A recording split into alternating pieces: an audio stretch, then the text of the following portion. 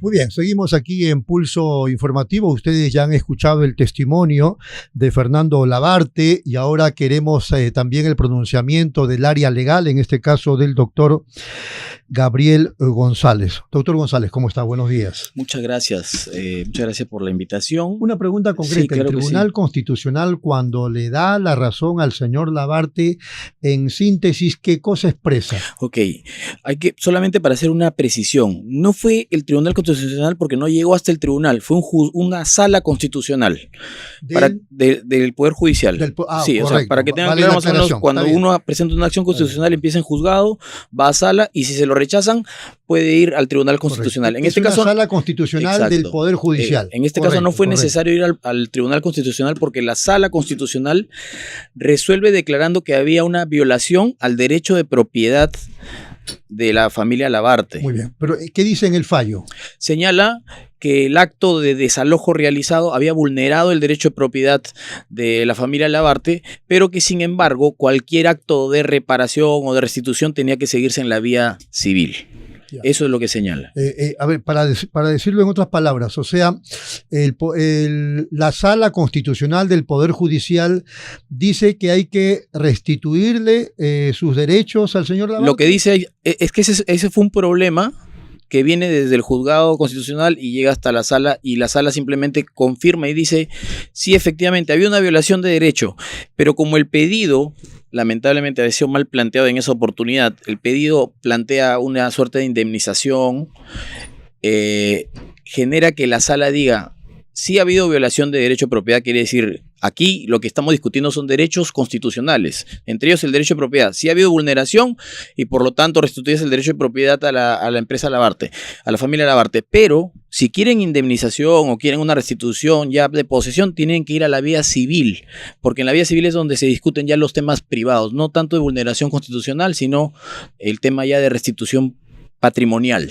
Ya, y entonces, a partir de eso, primero, la familia inicia una demanda de reivindicación que nuevamente ha habido errores lamentablemente de asesoría previa en donde se plantea la demanda a través de una empresa que ya no era propietaria del terreno. La familia Olavarte tenía 2 empresas. Lo que hemos hecho hoy en día es corregir ese error. Hemos presentado una nueva demanda de reivindicación que está ya en el Poder Judicial, ha sido admitida ya. Tenemos el 15 de enero, tenemos la audiencia en donde se van a plantear justamente las posiciones de las partes. Lo que hay que tener claro es que en este caso no está en discusión la propiedad. Hay una partida registral que reconoce como propietario a la empresa Estación de Servicios Terminal Callao, que es de la familia Olavarte. Eso no está en discusión. Eso no está en discusión. Es más, hay otro proceso en ciernes, en el Callao también, en donde se están discutiendo temas de linderos. El área de la familia Olavarte y el área de ENAPU, que están contiguas, hay un problema de superposición de partidas por las áreas. Eso se está discutiendo en el Poder Judicial. Hay una sentencia ya favorable a la familia Olavarte que está en apelación y probablemente se confirme también, pero en ese proceso incluso ENAPU nunca ha negado que la propiedad sea de Olavarte. ¿En ese terreno qué hay ahora actualmente? El tema es que en ese terreno ha sido integrado y consolidado en un todo, que es donde funciona el terminal portuario. Ya. Ahí están ocupados, ese está ocupado por APM Terminals, por DP World, ENAPU como concesionario, la Autoridad Portuaria Nacional como concesionario y el MTC, que es quien firma el contrato de concesión. O sea, son las 5 entidades que he mencionado son las que son demandadas en el proceso. El Ministerio de Transportes, porque es a través del ministerio que se firma el contrato de concesión, ENAPU y la Autoridad Portuaria Nacional como poseedores mediatos, porque ellos no tienen la posesión, pero son los que han otorgado a terceros la posesión directa, y quienes poseen directamente son APM Terminals y DP World. No voy a mencionar el nombre de la empresa porque no quiero ventilar algo ciertamente confidencial, pero lo cierto es que ha contactado a la familia Olavarte, una de las demandadas, a plantearle la adquisición del terreno por un precio, a comprarle, por un precio irrisorio, lo cual ratifica que les reconoce como propietarios. El problema es que hemos tenido una audiencia de conciliación donde hemos convocado a las 5 partes y ninguna presenta una propuesta conciliatoria. Llegan y simplemente dicen no tenemos propuesta, que se levante el acta de no acuerdo, ni siquiera invitan a la conversación, ni siquiera invitan al diálogo. Pero una sí ha llamado. Una ha llamado ya con el proceso en curso, pero con una propuesta, la verdad, irrisoria, ¿no? Tal como estamos viendo el panorama, la justicia está cumpliendo la formalidad y les va a dar la razón, la restitución y la indemnización, entiendo. Deberían darnos la restitución y la indemnización. Efectivamente, una indemnización que debe representar todos los años de usufructo por los cuales la familia no ha recibido nada. Esperemos simplemente que el Poder Judicial, como a veces suele ocurrir, no se vea intimidado por tener como contraparte entidades del Estado. Aparte de ese tema de los pagos por usufructo, ¿cómo van a hacer con el terreno? ¿Ustedes lo han pensado, han considerado? Lo que hemos planteado en la demanda son, en principio es la restitución del terreno porque es lo que corresponde. Pero el terreno ustedes lo van a reclamar. Pero como alternativa, porque también sabemos que hay una posibilidad de que ese terreno tendrían que hacer una nueva división, la ejecución va a ser la alternativa es que se pague el precio comercial. Pero hemos presentado una valorización. No, claro, hemos presentado una valorización comercial seria. Sí, lo que sucede es que acá vienen 20 años y 6 meses y un poco más que se sigue postergando esto cuando ya hay un reconocimiento efectivo del terreno que es de propiedad de Jorge Labarte a través de sus empresas. Que es mi padre. Ojalá que lleguemos a un acuerdo lo más rápido posible porque esto no se puede seguir dilatando. Sabemos ahora de que hay unas grandes inversiones en el puerto y todos, digamos, están muy contentos porque van a invertir 500 millones, justamente la empresa APM va a invertir 500 millones, salen las noticias, pero sin embargo no solucionan el problema tan pequeño que es, digamos, un tema que ya ellos han reconocido. O sea, más allá de la ley creo que está el espíritu de una ley, que es reconocer los derechos de las personas. Y en este caso se ha violado totalmente el derecho de mi padre y me da mucha pena que mi padre no haya podido gozar sus últimos años de su fruto de su trabajo. Entonces, él se quedó sin su medio de trabajo y toda la institución de su vida. Él no solamente ha hecho la primera lancha de pesca para el Perú, como galardón peruano, sino que además también hizo la primera lancha que tuvo Luis Banquero Rossi, la primera lancha que tuvo, que es la Tacna 1, en honor a la tierra donde había nacido Banquero, Tacna.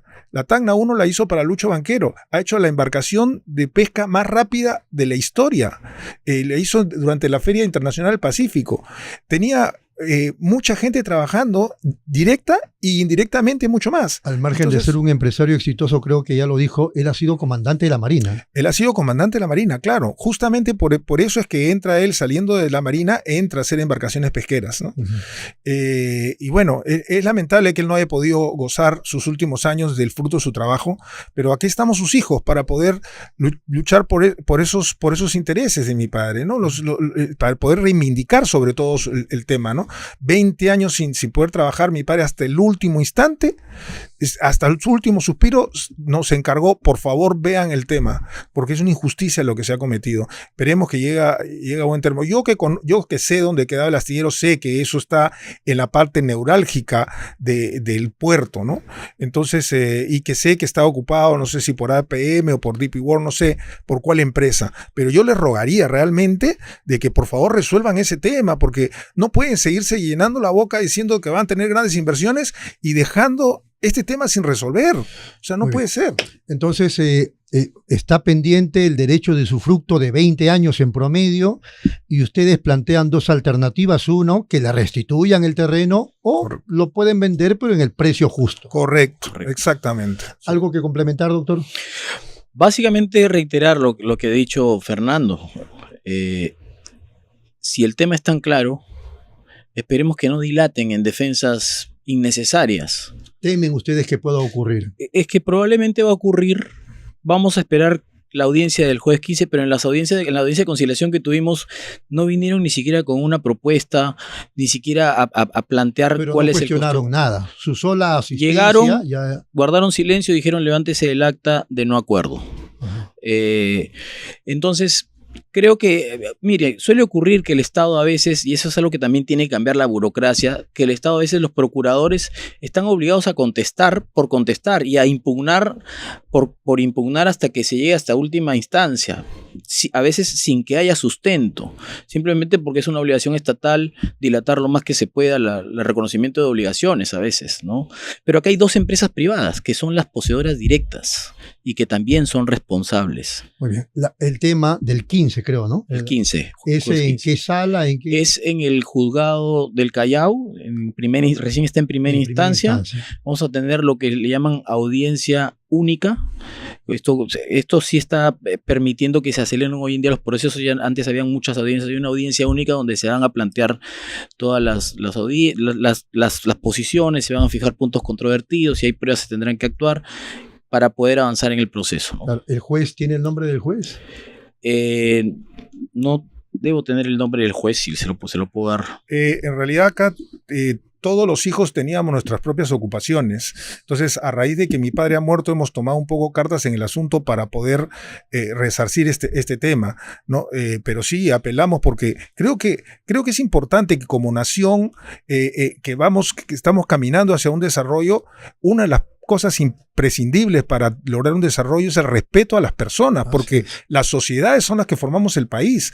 Entonces acá se ha violado el derecho a una persona que toda su vida se ha dedicado a hacer bien para el país. Y creo yo de que debemos nosotros como sociedad el preocuparnos por estas cosas, ¿no? Preocuparnos porque la ley se cumpla y se cumpla a tiempo, porque cuando la ley tarda ya no es tan justa, ¿no? Muy bien. Señor Labarte, ha sido muy amable por atendernos. Muchas gracias por explicarle a la audiencia esta injusticia. Muchísimas gracias a ustedes, muchas gracias a usted. Señor González, muchas gracias. Muchas gracias. Ahí nomás vamos a ir a una brevísima pausa y luego seguimos en Pulso Informativo.